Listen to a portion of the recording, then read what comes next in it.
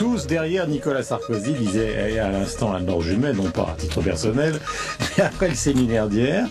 Vous faites un séminaire séparé ce matin, puisque ça veut dire que vous allez vous présenter séparément à la présidentielle en 2012 aussi. Bonjour. Et c'est mon côté un peu violent dès le matin, on n'a pas dit bonjour. Il n'y a pas de souci.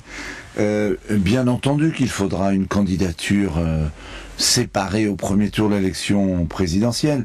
L'UMP, c'est l'UMP, et le nouveau centre, elle a vocation à incarner la famille centriste. Il y a toujours eu, depuis 1965, sans aucune exception, une candidature incarnant la famille de pensée du centre à l'élection présidentielle. Toujours. C'était Bayrou la dernière fois. C'était Bayrou la dernière fois, c'était même Bayrou la fois d'avant la dernière fois. Ce sera sans doute Bayrou pour Bayrou la fois prochaine. Mais pas Bayrou là, je vous ai parlé du centre. Il ne vous a pas échappé que François Bayrou a dérivé complètement à gauche. On se souvient tous de cette très belle image émouvante de Marielle de Sarnez à côté de Robert Hue. Moi, ça me rajeunissait, mais ça parle pas vraiment aux centristes. Donc ça veut dire qu'il y aura une candidature qui pourrait être celle d'Hervé Morin, donc en 2012. Oui, bien entendu. Nous les alignerons. Vous êtes franc. Hein, toujours. Tout le monde tourne autour du pot en disant peut-être pas. Mais moi, j'appelle un chat, et vous savez, il vaut mieux dire la vérité aux gens. Donc moi, je pense qu'effectivement, Hervé Morin a vocation à être candidat à l'élection présidentielle. Mais pourtant, vous appartenez à l'équipe gouvernementale, même s'il n'y a pas eu de nouveaux ministres du nouveau centre, il y en a 5 actuellement. Certes, mais bien sûr, et des bons ministres, donc il n'y a pas de problème, c'est parce qu'ils sont bons qu'ils n'ont pas quitté le gouvernement. Voilà, Michel Mercier. Et vous avez vu que nous avons lancé la semaine dernière avec Hervé Morin, Jean Arthuis, Nicolas About, Michel Mercier.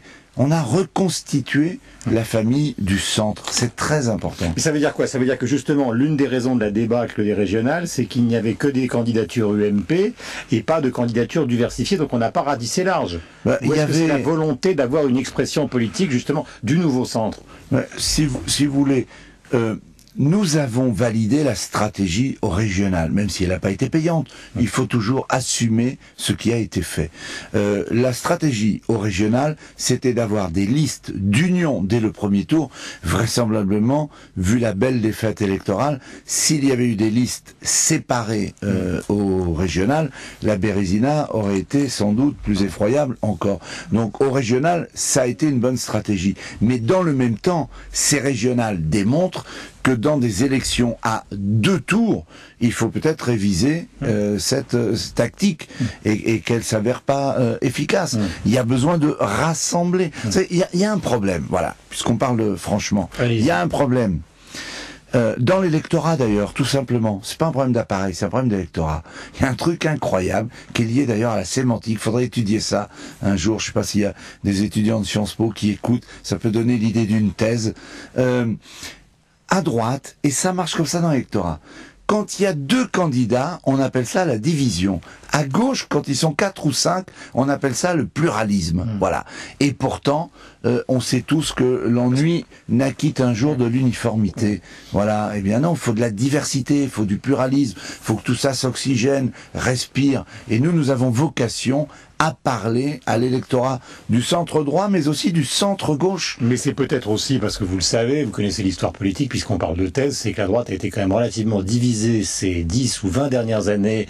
On va pas refaire l'histoire, Giscard, Chirac Barre, non, mais Guillaume Diron, peut-être à un moment, ils ont cru, les sarkozystes, que c'était mieux d'être tous ensemble, serrés. Peut-être qu'il faut relire et relire encore les droites en France de René Raymond. Les droites, pas la droite, les droites en France. Il y a même un centre. Est-ce que vous diriez, puisque c'est votre journée ce matin, hein, c'est la journée de la réunion des parlementaires justement du nouveau centre, est-ce que vous diriez comme l'UMP hier avec François Fillon, tous derrière Nicolas Sarkozy? Et est-ce que vous allez le dire au président, puisque les parlementaires vont le voir demain quand ils rentrent des États-Unis? Nous n'y sommes pas, nous. Donc vous voyez bien que l'UMP c'est l'UMP et le nouveau centre c'est le nouveau centre.